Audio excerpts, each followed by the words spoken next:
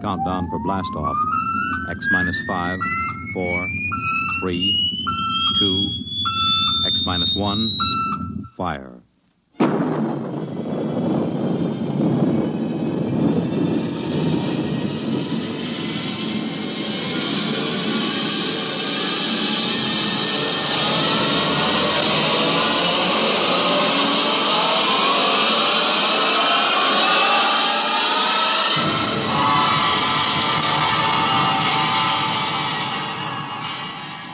From the far horizons of the unknown come transcribed tales of new dimensions in time and space.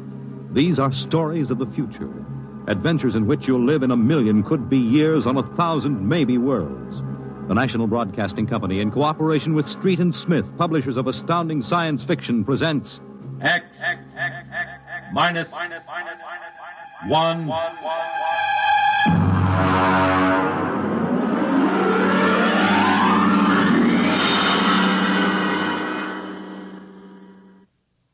Tonight's story, Nightfall, by Isaac Asimov.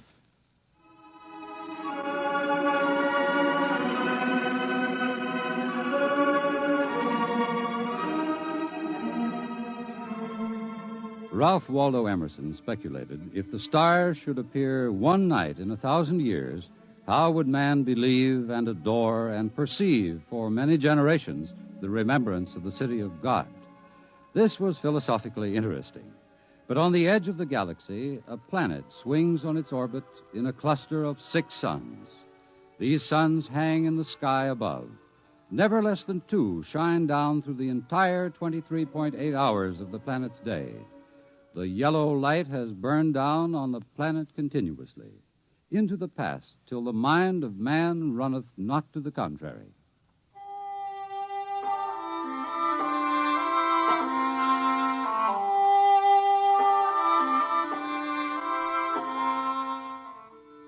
Theremin was a reporter for the Sarro City Chronicle.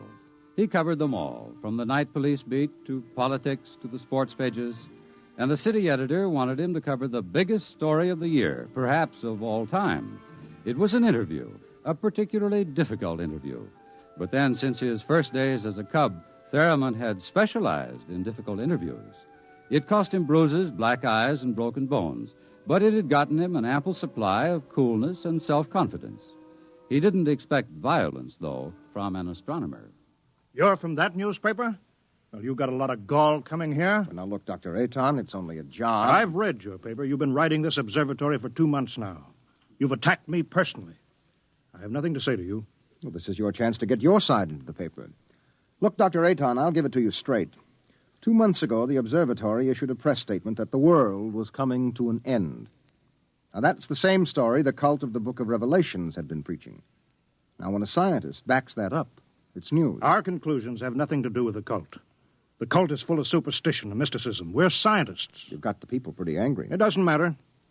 If I can't get the story from you, I'll have to go somewhere else. Go ahead. The paper can be pretty rough on someone who doesn't cooperate, Dr. Aton. Young man, if you're not out of the observatory within 5 minutes, I shall call the police. Now get out.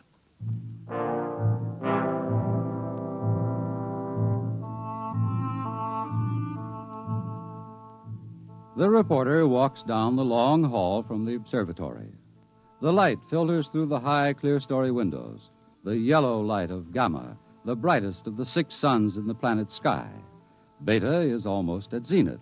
Its red light floods the landscape to an unusual orange. The planet's sun Alpha is at the antipodes, and now as Gamma sinks below the horizon, the red dwarf sun Beta is alone, grimly alone. It's a short drive from the observatory to Sarro City, and the red light glares from the highway. The temple of the cult stands hewn from the solid rock of the Dormite Mountains outside the city, and in the inner courtyard stands Sor, the priest of the cult.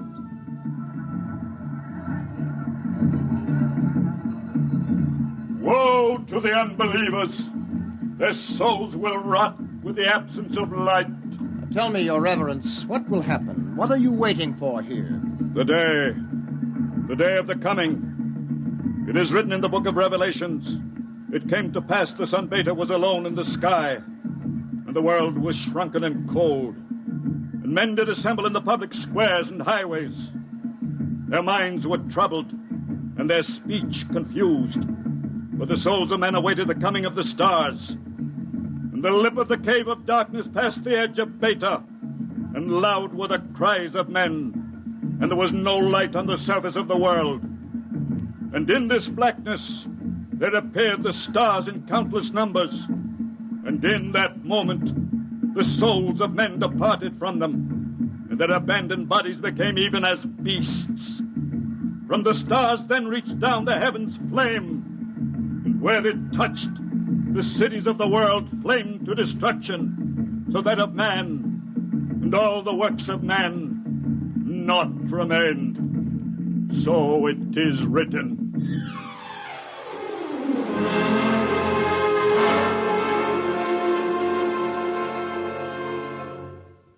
Dr. Sharon, you're the only scientist I could find in the city.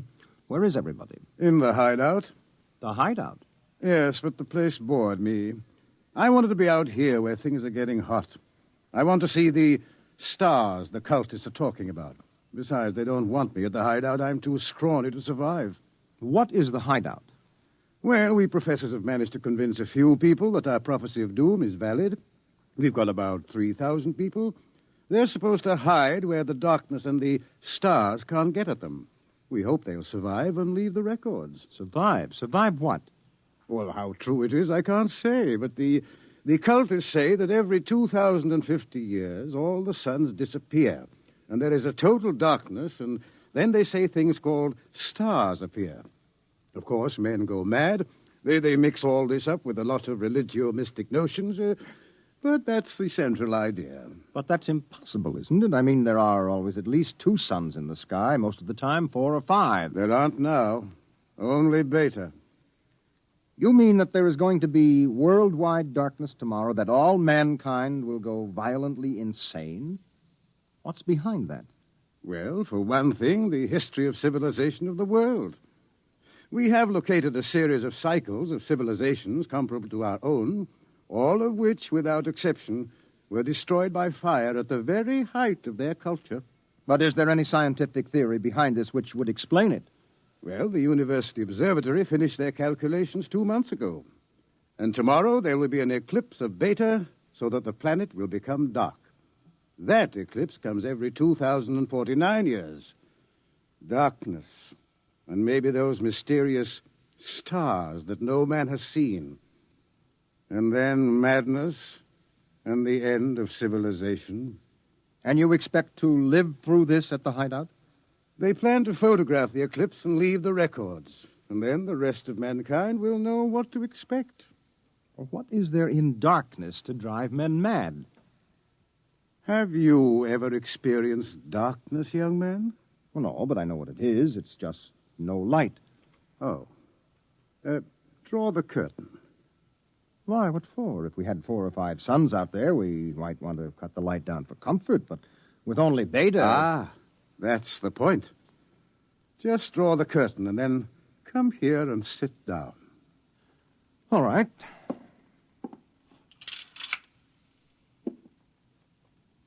I can't see you. Feel your way. But I can't see you. I can't see anything. Do you like it? Oh, it's awful. The walls seem to be closing in on me. I keep wanting to push them away. All right, all right. Draw the curtain back again. Oh, the light. Do you have a drink? Right here. Now, that was just a dark room. Yes, but it wasn't really so bad. You're afraid? Just darkness could do that? This isn't just a metaphysical theory, young man. It's promulgated from observed data. Well, come with me. Where? The locked wall down the corridor.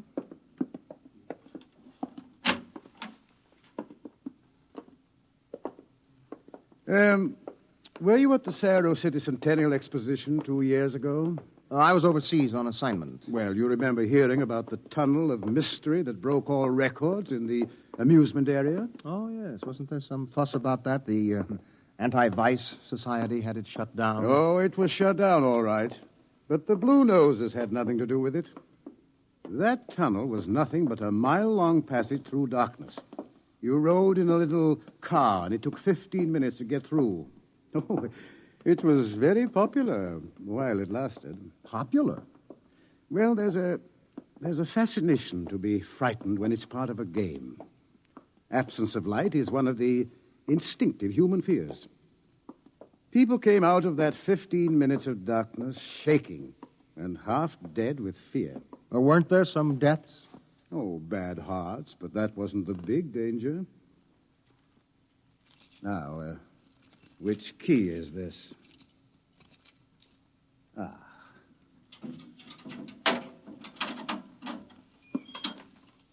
Where are we going? You'll see. No, the heart attacks were actually good for business, but there was something else. Here, I'll show you. I want you to see somebody. Latimer. Latimer. Go away. Latimer, I want you to meet somebody. This is Mr. Theremin. No, go away. Hello? He's pushing me. Make him stop pushing me. Go away. I'm not touching him. What's wrong? Latimer is afraid. Aren't you? The walls. They're falling in on me. The walls. I've got to get out. I've got to get out. Let me out. You can't go out, Latimer. It's all right. I've got to get out. Let me out. Let me out. Let me out. At sleeping period, we have to give him a shot of morphine. Otherwise, he'd bat his brains against the wall. What's wrong with him? Nothing. Nothing but 15 minutes in the darkness of the tunnel of mystery. Oh, that's impossible. 1 person out of 10 came out of the tunnel that way. That's why we had it shut down. But why should darkness do that? It's obvious men cannot exist without light. Longer periods of darkness would obviously be fatal. The scientific theory is that the consciousness of light is necessary for mental activity. Please, doctor, let me outside. Let me out, please. I can't breathe. They're pushing me. They're always pushing me. I can't stand here. Well, there you are, Theremin. That's what 15 minutes of darkness will do.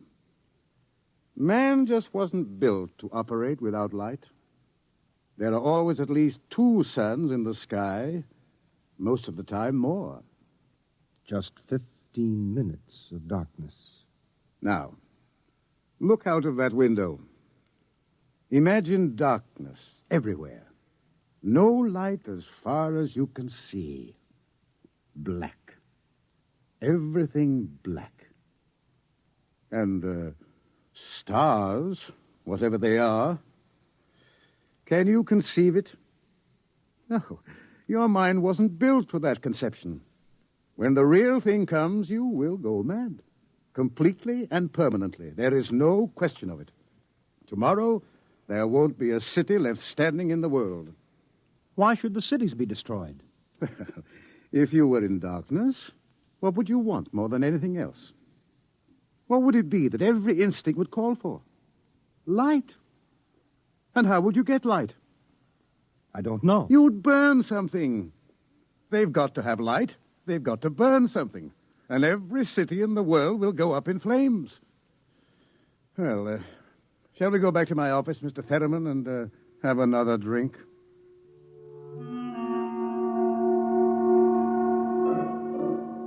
Through the skies, the red sun Beta shines alone. The wind howls across the city. It is cold, colder than man can remember. And as the hour approaches, the reporter goes out and speaks to the man in the street. Excuse me, where are you going now? Home for supper. How about, what are you going to do tonight? Oh, you mean about this star stuff? Look, I'll tell you, mister, I got nothing against religion, see? But it don't stand to reason that the end of the world is going to come boom like that. It just don't stand to reason. Have you read what the scientists say? I don't read stuff like that, only the headlines. Well, how about the cult? Well, now, like I say, I've got nothing against religion. But you don't believe them either. They've always been shouting about doom and sin. Listen, when you've been around as long as I have, you get to know the score. It's all right to preach Judgment Day is coming and all that, but just the same, I'm putting money in the bank. How about darkness? About what? How would you feel if there were no light? You crazy. How could there be no light? Well, suppose all the suns went down at once. Suppose everything was black. That's crazy. What's the use of supposing something like that? It couldn't happen. It's crazy. That's all. Thank you. Sure. Oh, look, mister, remember, pallet with 2 L's?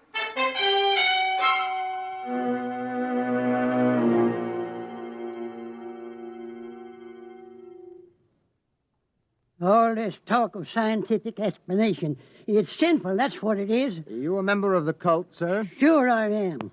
Been a member since I was a boy. My daddy was a member, too. I've seen the books. It's all written down in the books. Don't you believe the scientist's explanation? Don't need it. Going to save my immortal soul. I'm going to stay on the mountaintop in a white robe while the stars carry me away to glory. Blessed be the stars. Amen. What are the stars? The glory, the breath of the heavens, the spirit of the ultimate. That's what they are. The observatory has announced that it intends to take pictures of the stars. Blasphemy. I sold my house. I gave all my money to the poor. Won't need it anymore. I'm going to heaven with the stars. Glory, glory, going with the stars.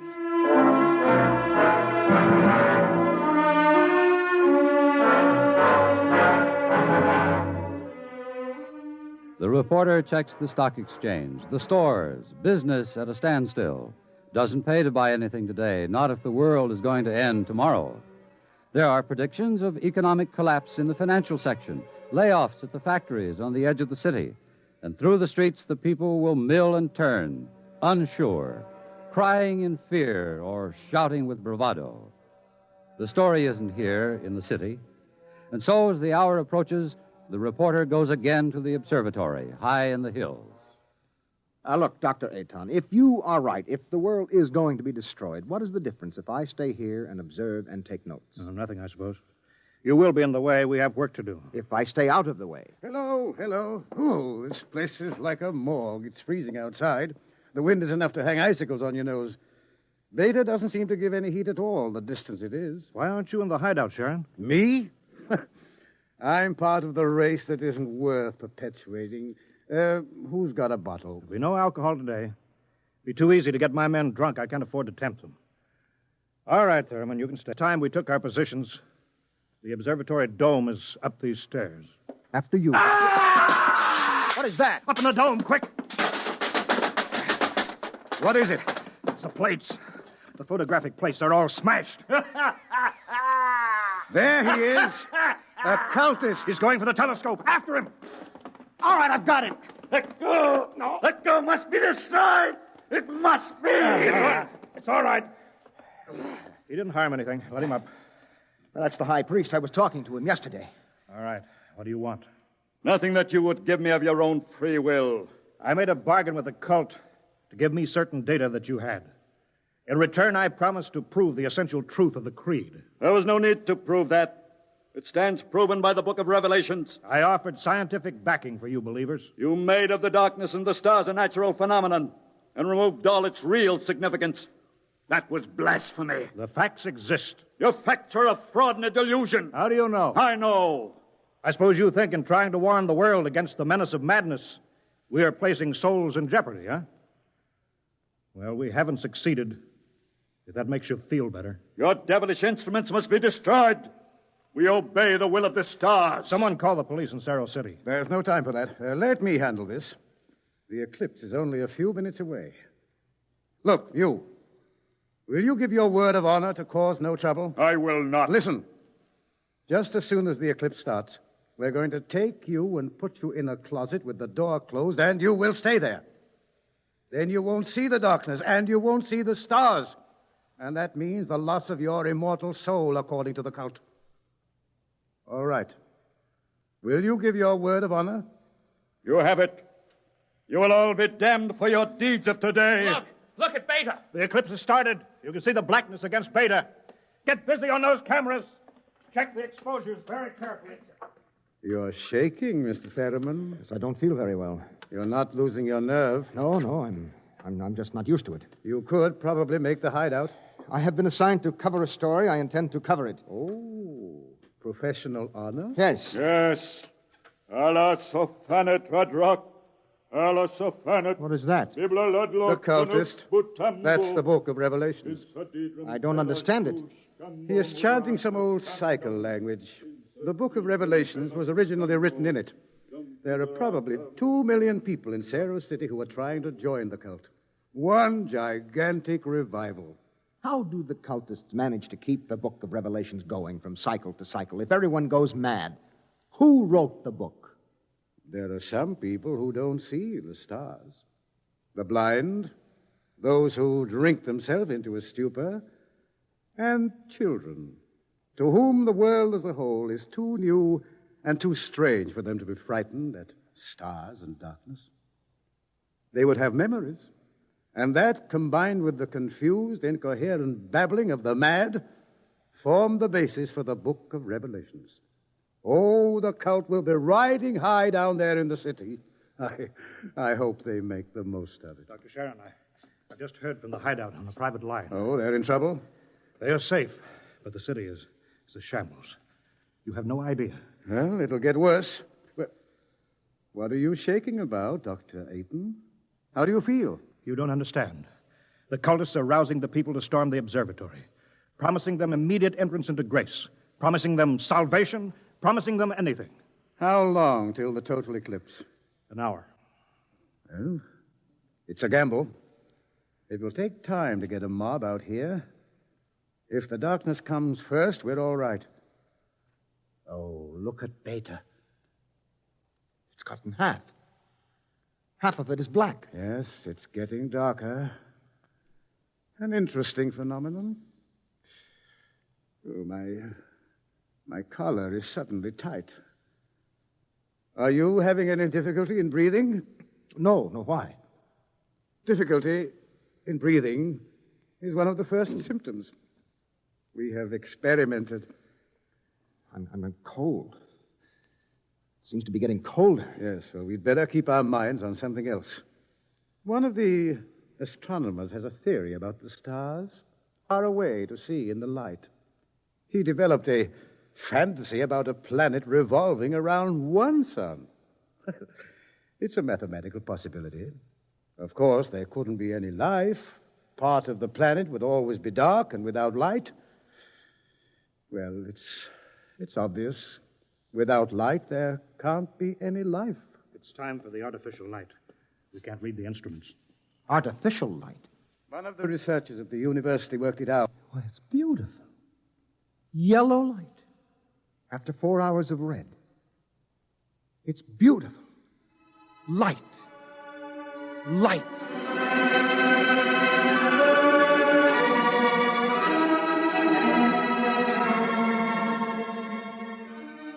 The dome is quiet. The priest in his yellow robe sways slowly as his lips move in the ancient tongue. Over and over, he whispers the invocation to the stars. The technicians hunch over the instruments, and the sky gradually turns a horrible deep purple red, and the air grows denser.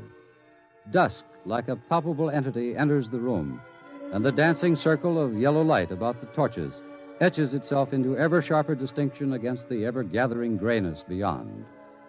Outside, Beta is a mere smoldering splendor, taking a last look at the world.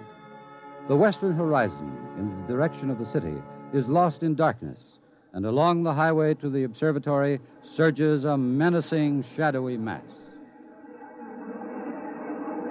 The mob from the city, they're coming.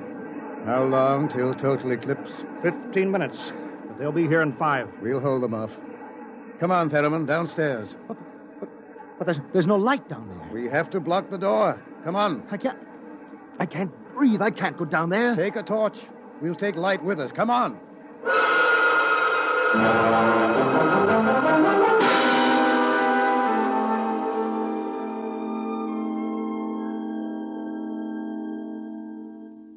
Ayton.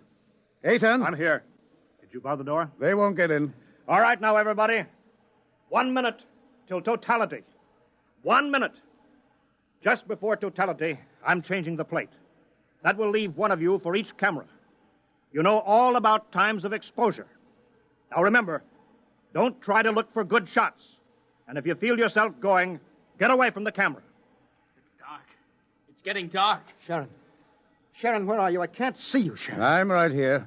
30 seconds. Look out, the priest.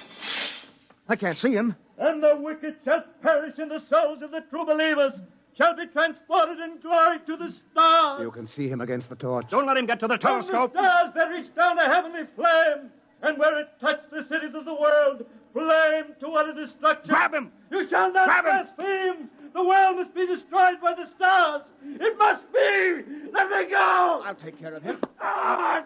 The stars!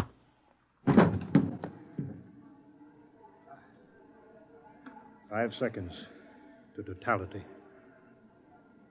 4, 3, 2, 1.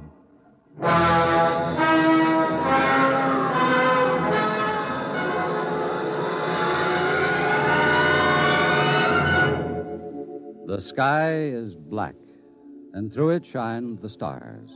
30,000 minute suns shine down in a soul-searing splendor. It is more frightening in its awful indifference than the bitter wind that shivers across the horrible, cold, bleak world. The stars. The stars. The stars. Oh, no! It's dark. Dark. Dark. The walls. The walls are coming in on me. They're coming in. Light. Light. Light. Darkness. Forever. Light. And ever. And ever. Light. And the walls Light. are breaking in. We did not know. We did not know. We did not know.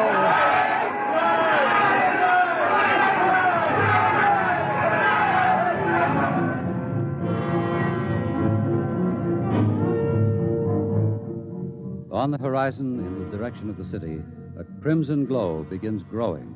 1,000 fires strengthen in brightness that is not the glow of the sun. 1,000,000 fires, as a world mad in the darkness screams in terror for the light. The night has come again.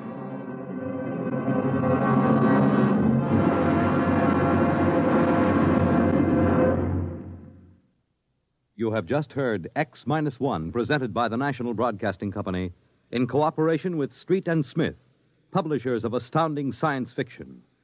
Tonight, by transcription, X-1 has brought you Nightfall by Isaac Asimov, adapted for radio by Ernest Kenoy. Featured in the cast were Wendell Holmes, John Larkin, Santos Ortega, Mercer McLeod, Alan Collins, Bob Hastings, and Roy Fent. Your narrator was Floyd Mack. Fred Collins speaking. X-1 was directed by Daniel Sutter and is an NBC Radio Network production.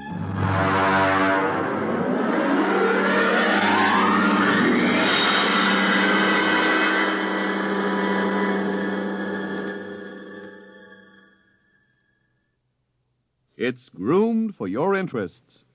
Weekday NBC Radio.